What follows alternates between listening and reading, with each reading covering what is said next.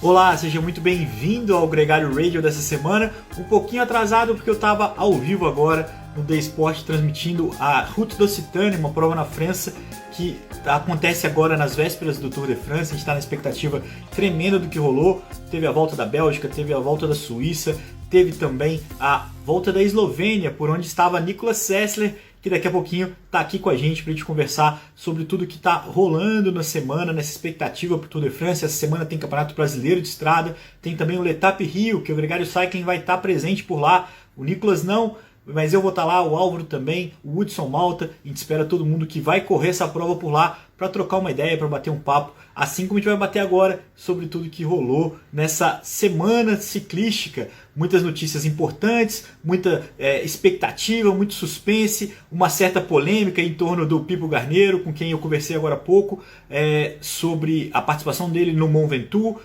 Aproveito para convidar você a ouvir o nosso podcast da semana, que fala sobre a Volta do Brasil, uma prova que aconteceu aqui no Brasil em 87 e que lembra muito o Tour de France, uma prova por etapas, uma história surreal contada pelo Maurício Mota e também pelo campeão da prova naquela edição, o Gabriel Sabião. Vamos colocar o Nicolas Sessler na roda e começar essa conversa já já. O Gregário Radio é um oferecimento da Chicon Sports, uma fornecedora de óculos e de equipamentos italiana, oferece produtos para as principais equipes World Tour. É o óculos do Tadej Pogacar, do Chris Froome e do Vincenzo Nibali. Quando eu vi os três, um ao lado do outro ali, na montagem, usando o óculos da Chicon, eu fiquei realmente impressionado. De fato, os três grandes nomes aí do ciclismo que usam essa marca. Muito bem-vindo todos. Vamos colocar o Nicolas, vamos lá.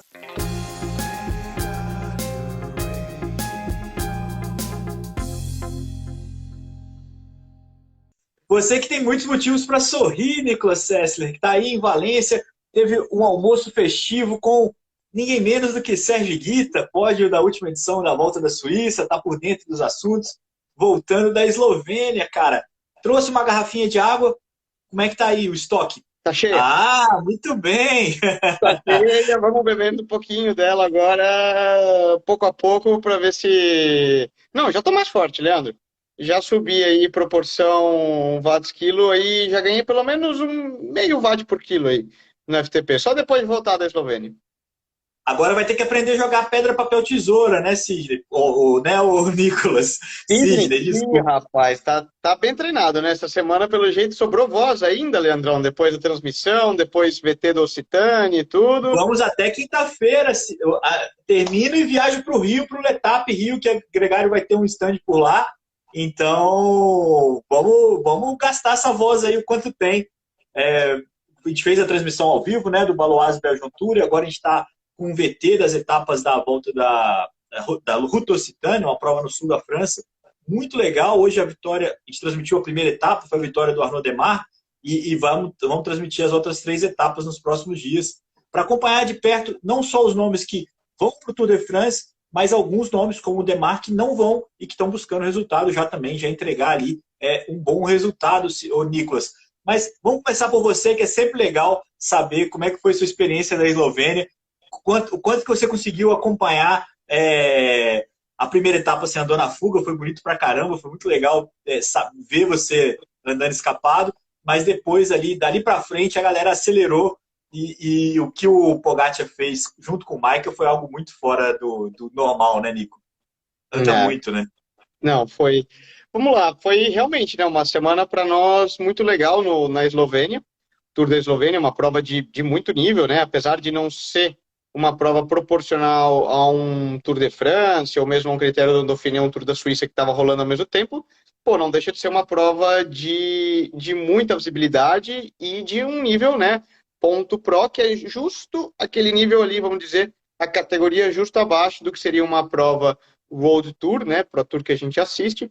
Então, para nós competir, levantar a bandeira do Brasil, levantar a bandeira da equipe e disputar batendo a cara, como você falou, né? Colocando, entrando na fuga, botando disputar no último dia. A gente entrou de novo na fuga, várias etapas tentamos, a gente tinha possibilidade de disputar algum sprint ou outro, acabou não saindo o resultado como equipe, mas sempre é muito legal. E no nível pessoal também, né? Você, como ciclista profissional, se dedica e você tá largando, competindo, né? Batendo guidão no final ali. Na etapa de ontem teve um tombo no final e eu tava ali na hora que entrou, eu tava lado a lado ao Maika, por exemplo, no final da chegada, e você vê esses nomes que a gente vê na TV. E você estando ali junto, né? Você passando o Groenewegen na subida falando: Ê, Zé, vai deixar cortar aí. É muito legal, né? Com todo respeito, e tanto no âmbito pessoal, como no âmbito ter acesso e viver de perto dentro da estrada, é Ah, imagino. um feeling diferente. Sem contar que eu fiquei muito impressionado pelo ambiente no país, Leandro. Muito legal. Um país, a gente pensa em Eslovênia como um leste europeu, né? Ex-União Soviética e algo assim, mas na realidade é um país extremamente desenvolvido. Lembra muito países ali como Áustria, Suíça, os Alpes, e um ambiente de torcida e galera assistindo nas estradas muito, muito, muito legal. Lembrou um pouco o País Basco para mim, né? Então, muita Ah, gente gritando, torcendo nas subidas, bastante ambiente, aquela coisa de que faz o funil, né? Você subindo e a estrada ela fica estreita de tanta gente que tem. E foi muito legal. No âmbito esportivo, né? Falando de Pogacar, UAE e etc., a realidade é que eles não tinham o nível geral de escaladores da prova era baixo.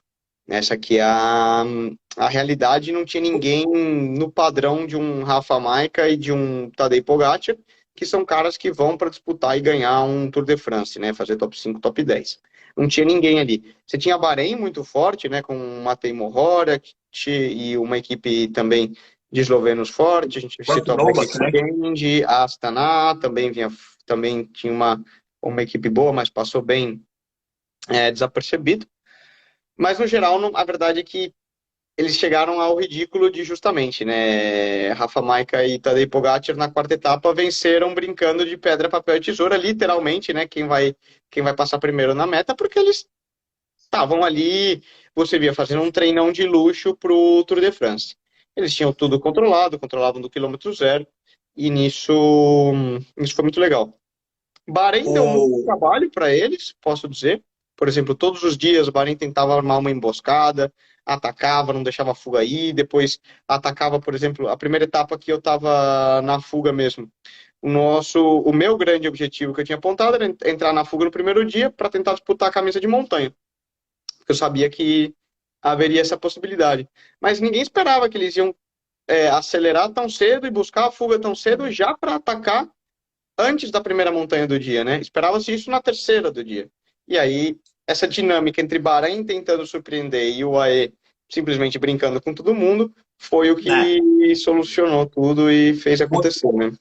monopolizaram, né? Tanto que 2 vitórias ficaram com o Rafa Maica, 2 vitórias ficaram com o Tadej Pogacar, que levou a geral, e uma quinta vitória só que ficou ali perdida com o Dylan Groenewegen, o cara que você passou na subida. No sprint foi ele que bateu, ele que tinha passado um apuro danado no Dauphiné, deve ter passado também um apuro danado na Eslovênia, porque as outras etapas foram todas com bastante subida, mas ele conseguiu ali bater e entregar uma vitória de etapa, que é muito importante para a equipe e para ele, que vai ser um dos líderes da equipe no Tour de France, né? Então, os 5 vitoriosos no Tour da Eslovênia, como você mesmo disse, um show feito, pensado no Tadej Pogacar, inclusive. Acho que essa galera toda que estava na rua também vive esse momento do Tadej Pogacar, né? E foi até legal, de certa forma, o Roglic não ter ido, porque não criou uma rivalidade entre conterrâneos ali. Ficou ali só o foco do Tadej Pogacar nesse momento. A rivalidade vai ficar para o Tour de France.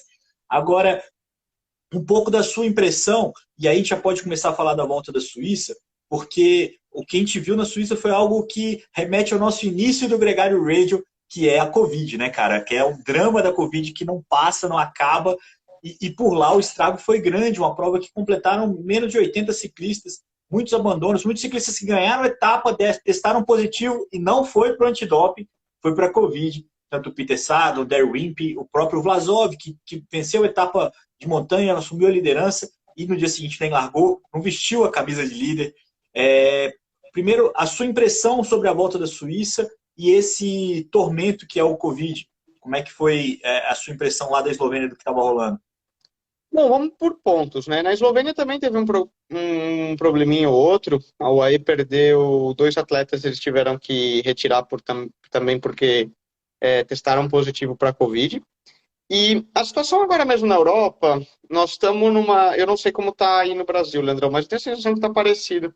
No sentido de que aqui a vida está normal, todo mundo esqueceu que o Covid existe, não rola mais, já voos normalizados, tudo normalizado, ninguém nem mais pede o passaporte da Covid.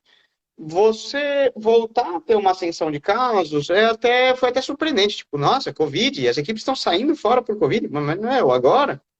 E então foi até. E aí até perguntando pro Sérgio agora, né? E ele escuta, pô, cara, mas o que aconteceu? A equipe inteira praticamente deu positivo. Eles terminaram com três caras. A Bora terminou com três caras, os três no top 10. Por exemplo, pô, mas como foi isso? E por que todo mundo falou, cara, Vlasov, depois que ele ganhou a etapa, ele tava com um pouquinho de dor de garganta, tal, foram testados deu Covid. Pá. Aí acho que também por ser uma prova muito próxima do Tour de France, eu acho que é mais é, um cuidado excessivo, né? Talvez não excessivo no sentido negativo da coisa, mas vamos fazer Aham. um super cuidado no detalhe para que não vá mais. Então, tipo, vamos ser extremamente cuidadosos porque a gente não quer arriscar nada no Tour de France. Por exemplo, posso falar, Eslovênia. Muitas das equipes que estavam, na verdade, as equipes World Tours que estavam na Eslovênia estavam com a equipe do Tour. Então, Bahrein, UAE e Mitchelton estavam com a equipe que vai para o Tour. Pelo menos o bloco Groenewegen, o bloco Pogacar, o bloco Mohoric, no caso da Bahrein.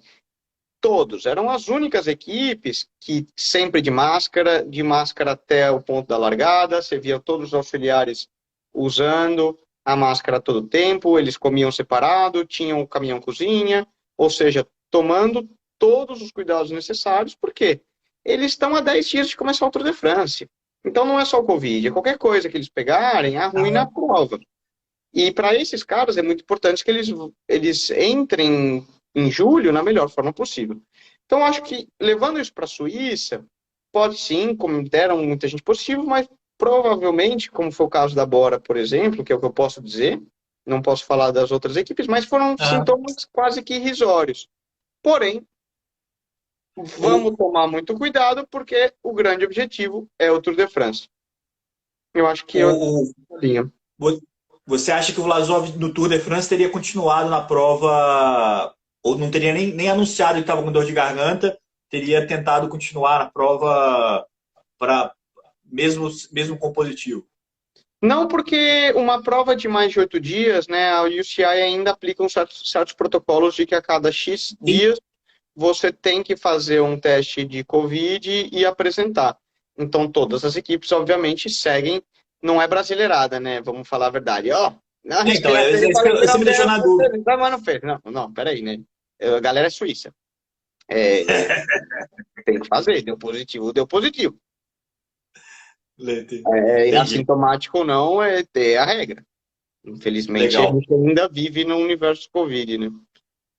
A gente vai falar, as pessoas estão perguntando aqui sobre o Pipo, é o tema do dia, tem muita gente vai falar sobre isso daqui a pouco, mas a gente vai só seguir a ordem aqui que a gente já tinha combinado. Fique ligado com a gente que os assuntos são pertinentes também, porque na volta da Suíça, Nicolas, a gente viu a vitória do Geraint Thomas. Essa vitória caiu um pouco no colo dele em função dos abandonos, de tudo que aconteceu. Ele ficou difícil até saber de quem que você estava competindo, né? Porque o Vlasov terminou o dia líder, o Fuglsang largou no dia seguinte de amarelo, e foi uma prova meio assim, e talvez, por isso mesmo que você falou, como a preocupação maior é o Tour, ali ficou um esquema meio... o que rolar, rolou. Então não tinha muita preocupação assim, mas é uma vitória importante para o Geraint Thomas, para a moral dele, para tentar buscar um bom papel no Tour de France, porque a equipe Ineos está meio... Né, é uma grande equipe, mas está meio balançada, perdeu o Bernal no começo da temporada, o Carapaz deixou o Giro escapar ali num ótimo papel do Jay Hindley, mas eles achavam que eles podiam ganhar o Giro de Itália, vão para o Tour de France sabendo que não são favoritos. A UAE e a Jumbo-Visma têm os principais nomes nessa busca. Mas eu só queria passar contigo a sua impressão sobre o Thomas. As vitórias de etapa ficaram A gente falou do Williams e do Leknesson no radio passado, mas o Peter Sagan também ganhou uma vitória de etapa, o Darrell Wimpey ganhou uma vitória de etapa, o Vlasov ganhou uma etapa para Bora, o Nico Denz ganhou uma vitória importante para a DSM, o Thibaut Pinot, uma outra vitória legal também para caramba, motivante para o Giro de Itália, para o Tour de France na penúltima etapa, e o último dia ficou com o Henk Van Der Poel, um sabor ali amargo de que ele achava que ele ia poder disputar a classificação geral, não conseguiu, mas ganhou ali uma vitória de etapa que não é pouco. Nunca é pouco, mas a gente sempre acha que o Henk pode ir um pouco mais. Mas o fato para mim, o que eu mais queria que você falasse, a gente já aqui marcou as etapas, a sua expectativa com o Geraint Thomas ganhando uma volta da Suíça na iminência do Tour de France, o quanto que isso motiva, mais do que justifica, né? Foi exatamente a minha pergunta para o Sérgio depois, agora almoçando, né? Finalmente ele foi segundo, né? Perdeu no contrarrelógio, o Fuglsang foi terceiro e ficou, né? Como ele viu ao Thomas, né? Como que ele enxergou? E a resposta dele foi clara. Ele falou, olha, se esse cara segue nesse nível de progressão com a qualidade que ele tem, eu acho que nós temos aí um candidato sério ao pódio em Paris. Porque, de novo, né, a Ineos não tem muito uma outra carta a jogar. E o Geraint Thomas, corneta ou não corneta, é um campeão do Tour de France. Ele ganhou o Tour de France de maneira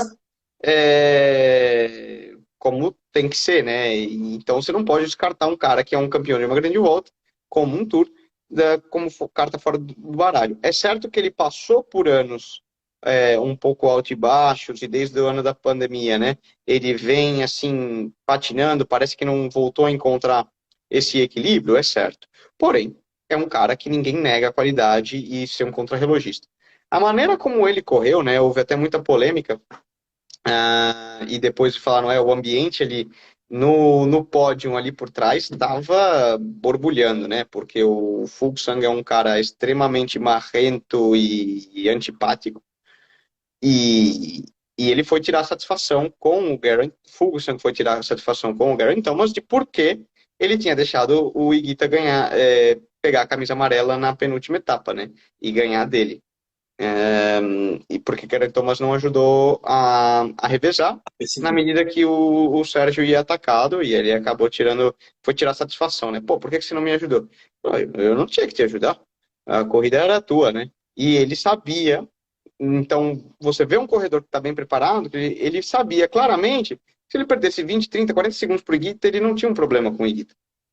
Porque ele sabia que ele ia recuperar esse tempo no contrarrelógio que fosse preciso. Isso é um claro sinal de alguém que confia na capacidade dele.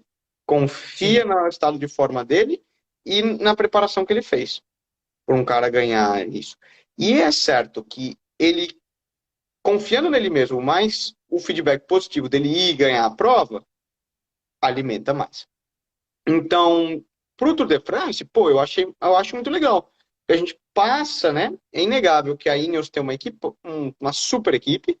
Então você pensa, cara, num Luke Rowe, num Dylan Van Baarle, vigente campeão da Paris-Roubaix, num Castroviejo, num Dani Martinez, num Pidcock, né? Então uma equipe com muita qualidade e que pode surpreender. Quem ganha, como eu sempre falo, nós, que vamos assistir. Claro.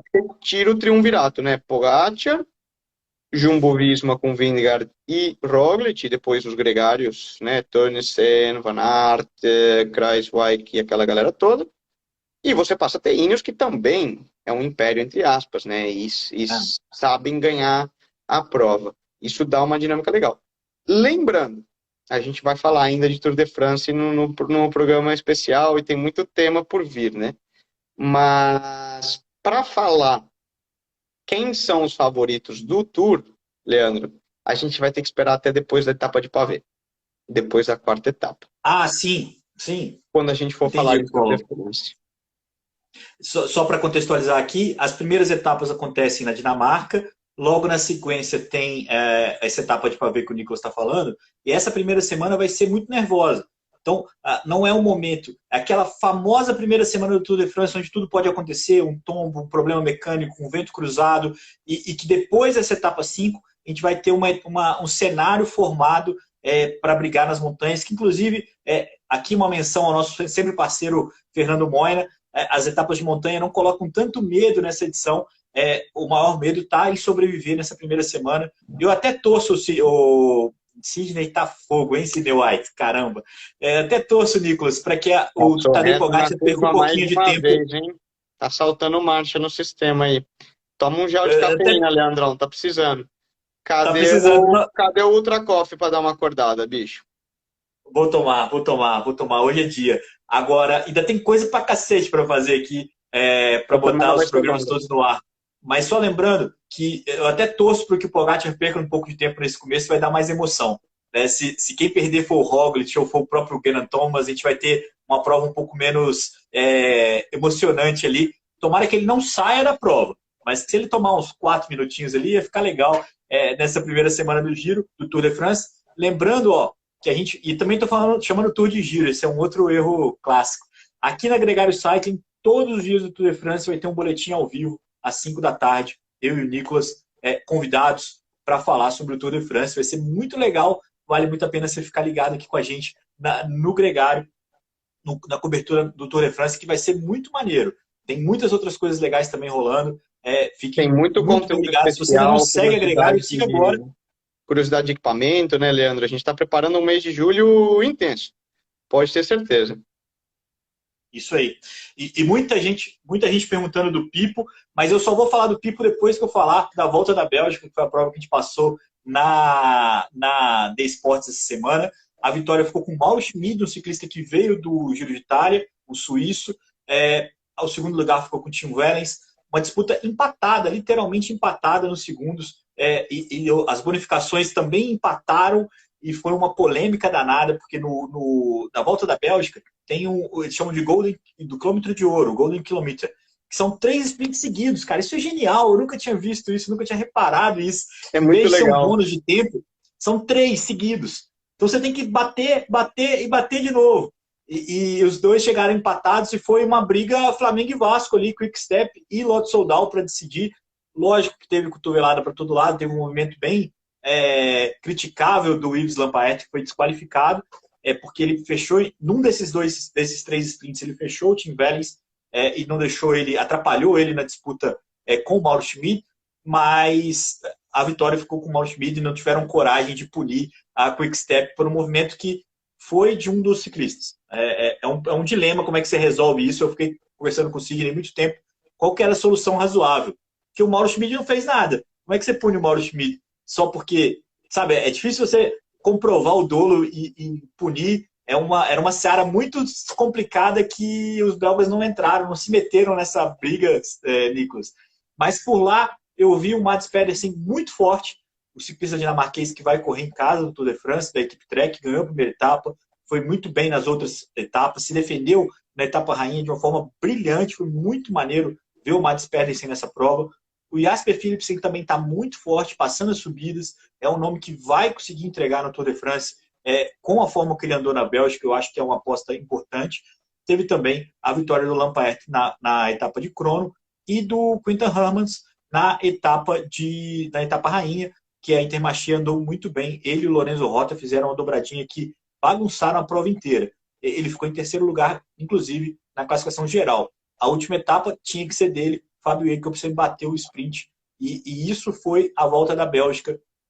Nomes que a gente vai ver no Tour de France. Jasper Philipsen, Mads Pedersen, Quinten Hermans e Fábio Jacobsen. São 4 nomes que com certeza vão chegar muito bem para a disputa do Tour de France depois dessa apresentação, Nicolas.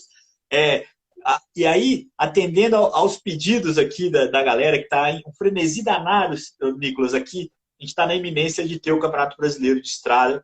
E nesse final de semana vai ser em Palmas, no Tocantins, uma prova cheia de expectativas e algumas críticas, porque é um lugar meio fora do eixo, é um circuito de 10 quilômetros que não tem subida, vai ter a presença do Vinícius Rangel, da Movistar, o grande nome dessa prova, que seria muito legal, uma possibilidade de ver uma camisa verde e amarela de novo no World Tour.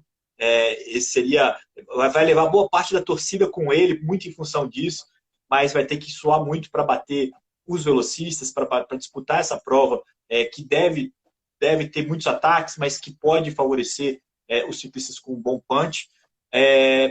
E o vice-campeão do ano passado, que a gente entrevistou recentemente aqui na Gregário Cycling, o Pipo Garneiro, falou que ia correr a temporada de Gran Fondos na Europa esse ano, foi correr a primeira prova delas, o Gran Fondo Mont Ventoux, ficou em sexto, e isso criou uma... E até aí tudo bem, ele vai largar agora para o Walter Route, depois vai correr o L'Etape França também, só que esse final de semana surgiu a notícia de que ele tinha perdido o teste antidoping do sexto lugar dele nessa prova. Então aí a gente tem que começar pelo principal. As provas amadoras são testadas, principalmente as provas desse nível, e os ciclistas sabem que vão ser testados. Não é um teste surpresa. Então, quando o ciclista larga para uma prova dessa, ele sabe que os primeiros colocados vão ser testados. Então, é muito difícil o cara ser surpreendido. Não é um teste surpresa. Não é um teste que bateu na sua porta para ser testado. Não, é um teste em prova, mas não são poucas as provas que tem, né? Isso é um pouco do grande receio por exemplo, por que uma equipe profissional não assina um ciclista de Gran Fondo, no geral? Porque ele não sabe da fiabilidade do cara, porque essas provas muito raramente são testadas.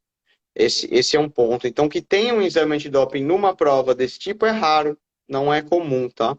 Eles estão sujeitos a testes, mas não é uma certeza como é uma prova profissional que você sabe. Primeiro, segundo, terceiro e não sei quantos do pelotão vão fazer todos os dias. É algo... você está suscetível, você pode ser testado a qualquer hora. Mas não é tão comum. É até uma das grandes polêmicas, só para pontuar isso. E nisso foi igual soprar uma fogueira, Nicolas, porque o fogo cresceu rápido aí com essa decisão. Eu falei com o Pipo agora há pouco, ele disse que vai se pronunciar só oficialmente.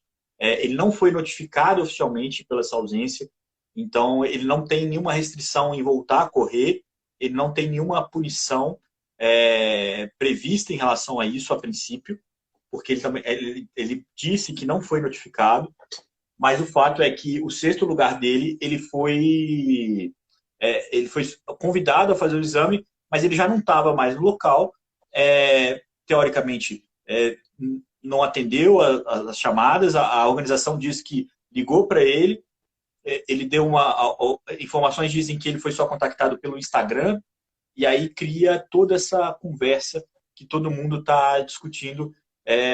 Para muitas pessoas é suficiente para colocar o Pipo numa forca.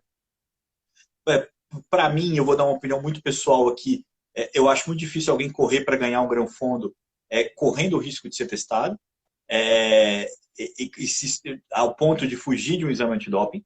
Não acredito nisso, porque para mim é muito pouco provável, não é um exame surpresa, na minha opinião, e aí ele vai se defender dessa acusação aí, tanto pela imagem dele, quanto pelos próprios compromissos que ele tem com os parceiros e com o público que acredita e que acompanha o trabalho dele. Ele prometeu que vai se posicionar oficialmente. Só explicar, né, para tirar a dúvida. Ele não foi pego num exame antidoping com nenhuma substância dopante. O que aconteceu foi que ele foi chamado a fazer o exame antidoping e não compareceu. Isso. Esse é o fato. Qual que é a real história por trás? A gente não sabe. Só o Pipo e a organização para saber. Um mal entendido. Então, acho que a gente não pode ficar nem supondo nada. Isso, por si só, supõe uma violação ao código antidoping? Não. Ou sim. Aí é questão de advogado. Porque se ele foi notificado e fugiu, é uma coisa. Se ele não foi encontrado, você toma uma falta grave. Isso pelo sistema da WADA.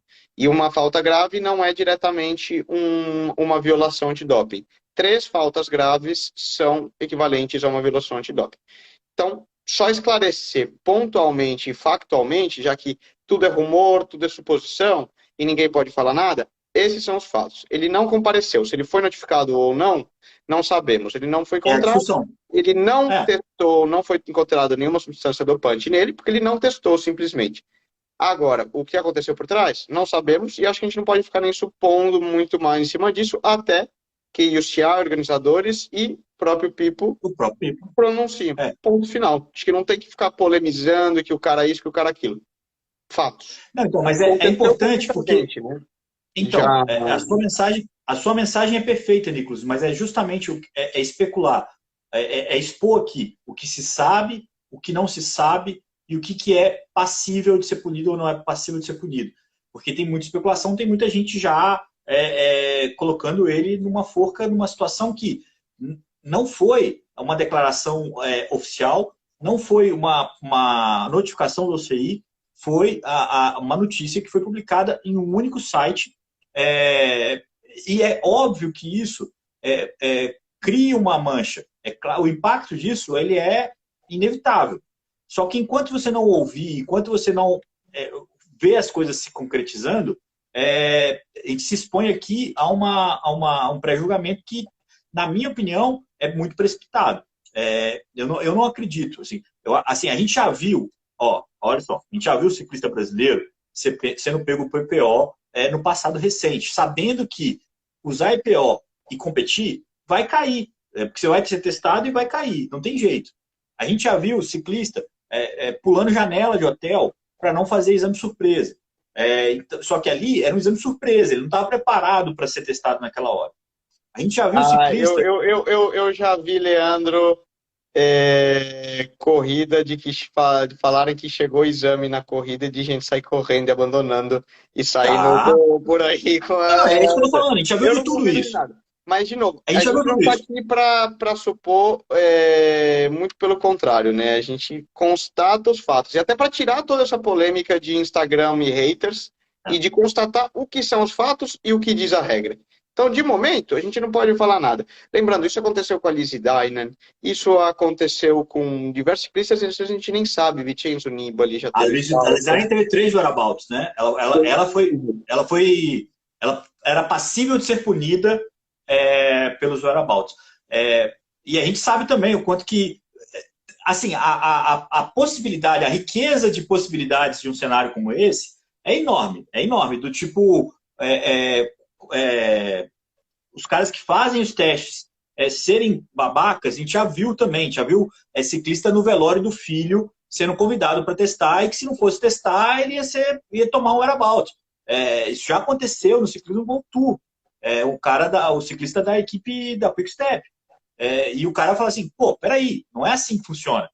Então tem que ter um pouquinho mais de paciência. Eu gosto da ideia de existir um fato, esse fato deve ser público e deve ser contestado. É muito melhor do que os inúmeros casos que a gente já teve aqui, e aqui a gente não precisa nem entrar nesse mérito, que são abafados, que ninguém sabe de nada, que ninguém sabe. Agora, em relação ao caso, me chama muita atenção gente que acredita que a Camorra é responsável pelo positivo do Marco Pantani, pela morte do Marco Pantani, e que já está julgando o Pipo como culpado. Gente que acredita no bife do contador e já está acreditando do Pipo como culpado.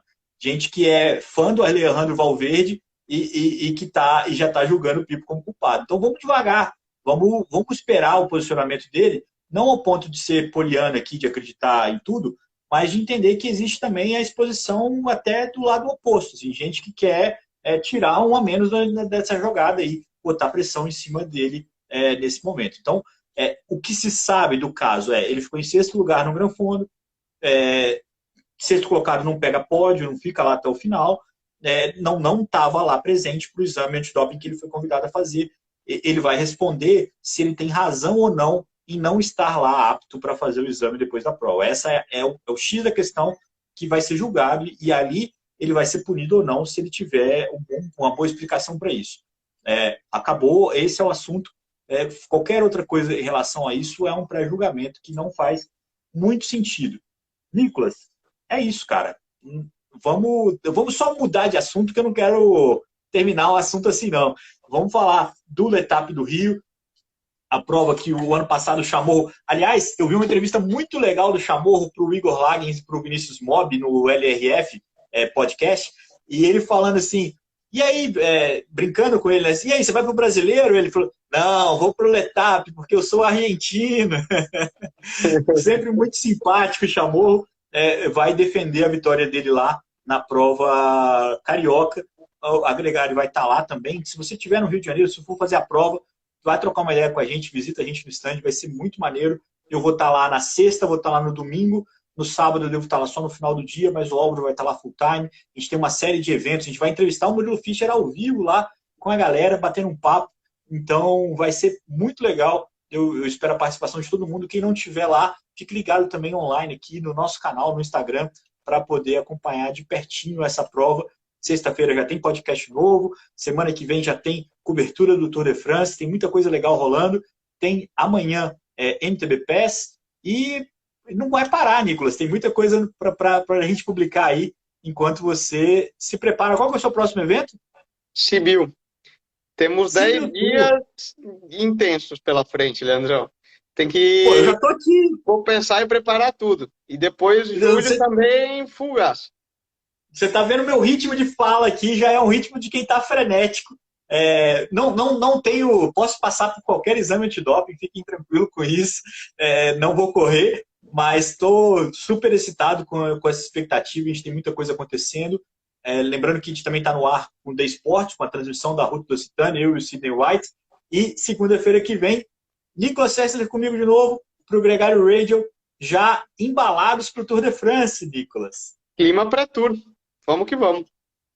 Um abraço para todo mundo. Se você pegou só um pedaço desse programa, ele vai estar completo no seu player de podcast favorito para você ouvir quando você quiser. Um abraço e até a próxima.